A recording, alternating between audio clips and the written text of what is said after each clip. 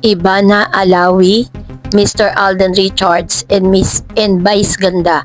Bakit nga ba patuloy na nasasangkot sa isyong ito?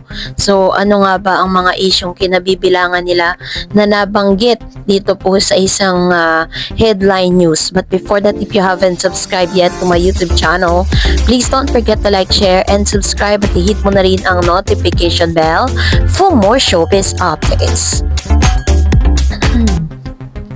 Bago tayo of course magpatuloy sa ating updates for today's video, nais kong pasalamatan kayo for always watching and trusting this channel. Thank you so much sa inyong palagiang panonood at pagsubaybay. So sa panahon ngayon ay palasak pa din at pinag-uusapan hindi lang po sa social media maging sa ating pong gobyerno patungkol sa paglaganap nga ng online sugal. No, sa isang ulat po by Representative Rufus Rodriguez ng Cagayan de Oro 2nd District sa isang privilege speech noong August 5, 2025 ay nagsabi na dapat nang aksyonan ang tinatawag niyang silent pandemic ng online gambling sa bansa.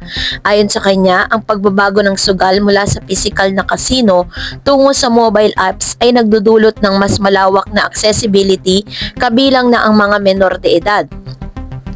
Pwede nang mag-register, mag-deposit gamit ang e-wallet at malulugi agad sa loob lamang ng ilang minuto. Ayon sa isang pag-aaral ng Digital Risk Observatory 2025, tinatayang 34 milyong Pilipino na halos isa sa bawat tatlo ang nakasubok na mag-online gambling. Kung saan 64% ay regular na tumataya, marami rito araw-araw at nakakabahala sa 30% ng mga kalahok ay nasa pagitan ng 15 to 24 years old.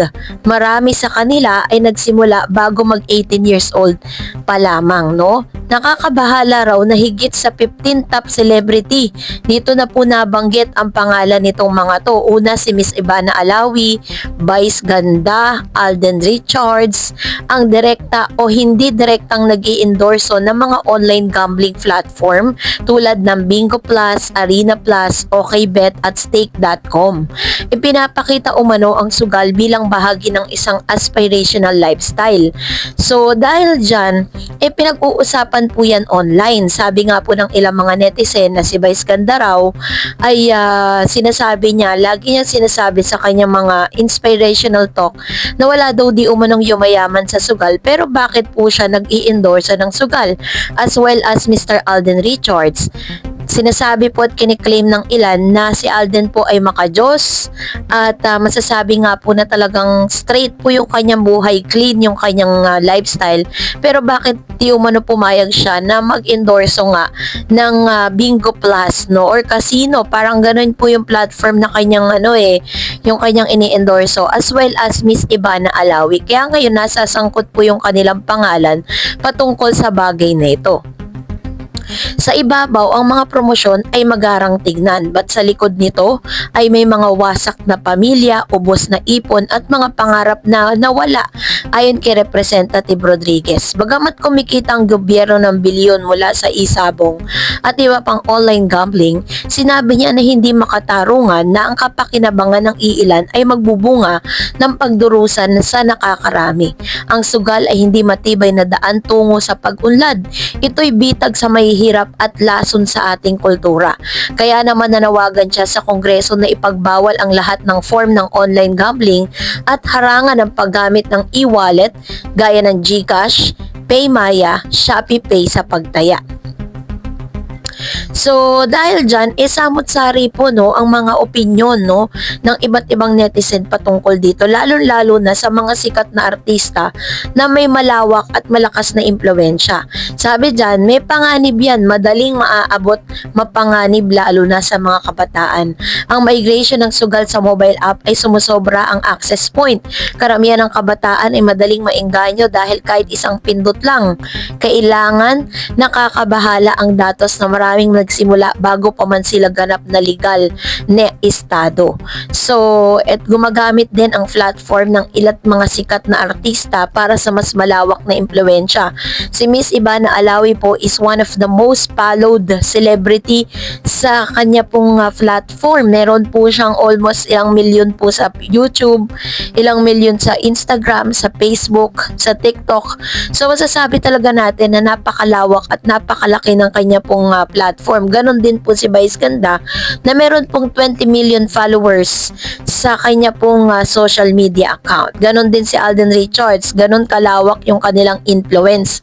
Kaya po pinag-uusapan yan kapag ang mga kilalang tao, mga iniidolo ng publiko ang nag-iendorso ng sugal, kaagad itong nagiging normal, maganda, aspirational. Ngunit sa likod ng ilaw at saya, may mga bahay na napuputol at buhay na nadadaig ng bisyo. So, dahil dyan, meron pong pinakita na parang pananalig sa kita versus pananagutan sa lipunan. Malaking porsyento ng kita ng gobyerno ang nagmumula sa sugal. Kaya ako natatanong ninyo, bakit nililegalize ng government yung mga ganitong online gambling? Kasi nga po, meron silang tinatawag na tax. Yung tax na yon ay pumupunta po sa gobyerno, no? Na yun po yung ginagawang revolving fund para dito po sa pagpapatakbo ng ating bansa. At kinabukasan, para lang doon ang kita dapat hindi maging dahilan upang ipagwalang bahala ang pag-unlad ng tao at komunidad. So, meron din mga maaaring hakbang na pwedeng gawin. Una, striktong regulasyon. Higpitan ng age verification. I-block ang access sa mga menor de edad. Limitahan ang publicity. Bawal ang celebrity endorsement. Dapat malinaw na disclaimer.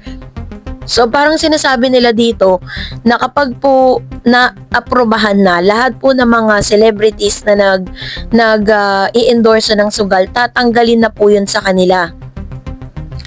Ipo-pull out na po sila doon kasi siyempre malaki po yung influence nila sa publiko, lalo-lalo na sa kanilang mga followers, no? So, sabi din dyan, kailangan din daw ng pagkaroon ng expansion ang counseling at suporta sa mga apektado ng addiction.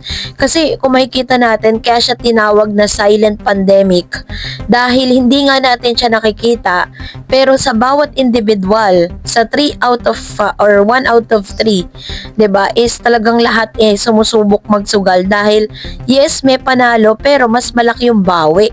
So, pinapalaganap din, isa rin sa mga minumungkahi na dapat daw palaganapin ang kamalayan, no?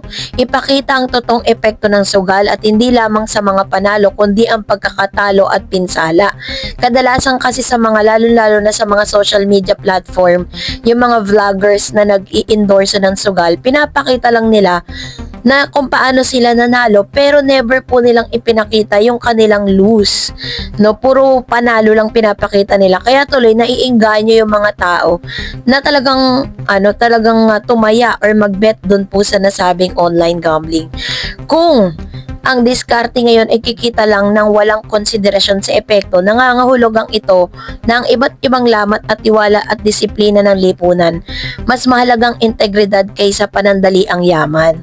So yan ang ilan sa mga ini-inculcate, pero yun nga, katulad po niya, nababahiran tuloy yung pangalan ng mga celebrity, no, na talagang nag-i-endorso ng sugal katulad ni Ivana Alawi, Alden Richards, and Vice Ganda. Kaya po talagang sila po ay nadadawit sa isyong ito. So, isa yan sa mga parang issue na kinabibilangan nila ngayon. So, kayo po, anong inyong saloobin patungkol dito?